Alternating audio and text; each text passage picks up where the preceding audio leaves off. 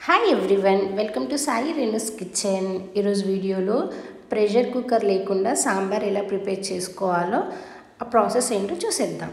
ముందుగా స్టవ్ పైన ప్యాన్ పెట్టుకొని ఒక 150 గ్రామ్స్ కందిపప్పు తీసుకొని వాష్ చేసుకొని యాడ్ చేసుకోవాలి. ఇలా యాడ్ చేసిన తర్వాత కొంచెం దూరగా వేయించుకోవాలి.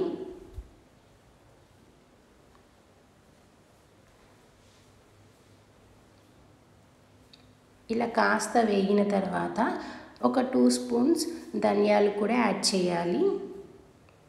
ఆ తర్వాత కొన్ని మెంతులు కూడా యాడ్ చేసి ఒక 1 స్పూన్ జీలకర్ర కూడా యాడ్ చేయాలి. ఇలా యాడ్ చేసిన తర్వాత కొంచెం వేగిన తర్వాత కొన్ని ఎల్లిపాయలు కూడా యాడ్ చేసుకోవాలి. ఇలా యాడ్ చేసి ఆ తర్వాత చల్లారిన తర్వాత మిక్సీ జార్లో వేసి మిక్సీ పట్టేసుకోవాలి.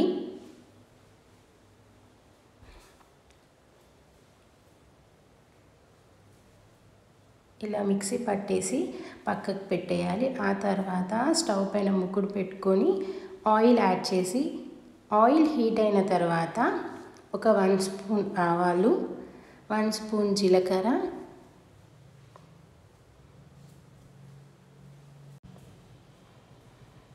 కొన్ని పచ్చిమిర్చి కూడా యాడ్ చేసుకోవాలి. ఆ తర్వాత ఆనియన్స్ కట్ చేసి యాడ్ చేయాలి. టమాటోస్ కూడా యాడ్ చేసుకోవాలి.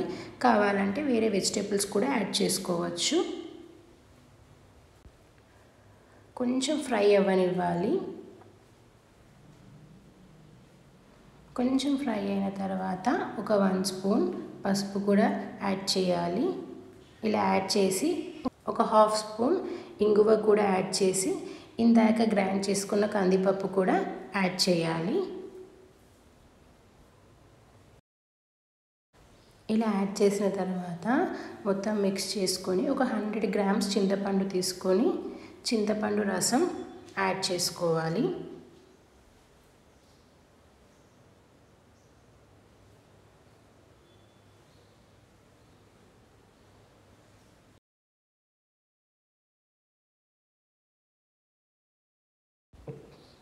ఇలా చింతపండు రసం యాడ్ చేసిన తర్వాత ఒక 1 గ్లాస్ వాటర్ కూడా యాడ్ చేయాలి.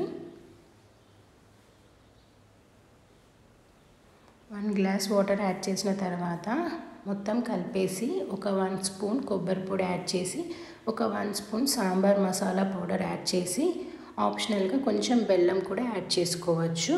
ఆ తర్వాత ఒక 1 స్పూన్ కారం, 2 స్పూన్ సాల్ట్ యాడ్ చేయాలి.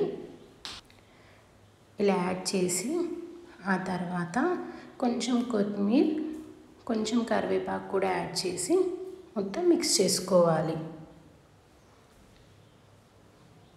ఇలా మిక్స్ చేసిన తర్వాత ఒక 5 మినిట్స్ పాటు మరగనివ్వాలి.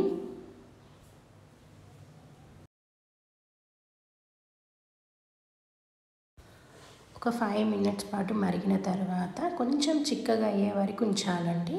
అంతే, చాలా ఈజీగా ప్రెషర్ కుక్కర్లో కాకుండా డైరెక్ట్గా మిక్సీ జార్లో వేసుకొని పప్పుచారు ఎలా ప్రిపేర్ చేసుకోవాలో చూసారు కదా. ఒకసారి ఈ ప్రాసెస్లో నచ్చినట్లయితే ట్రై చేయండి. అలాగే వీడియో నచ్చినట్లయితే like, share, subscribe. Thank you for watching.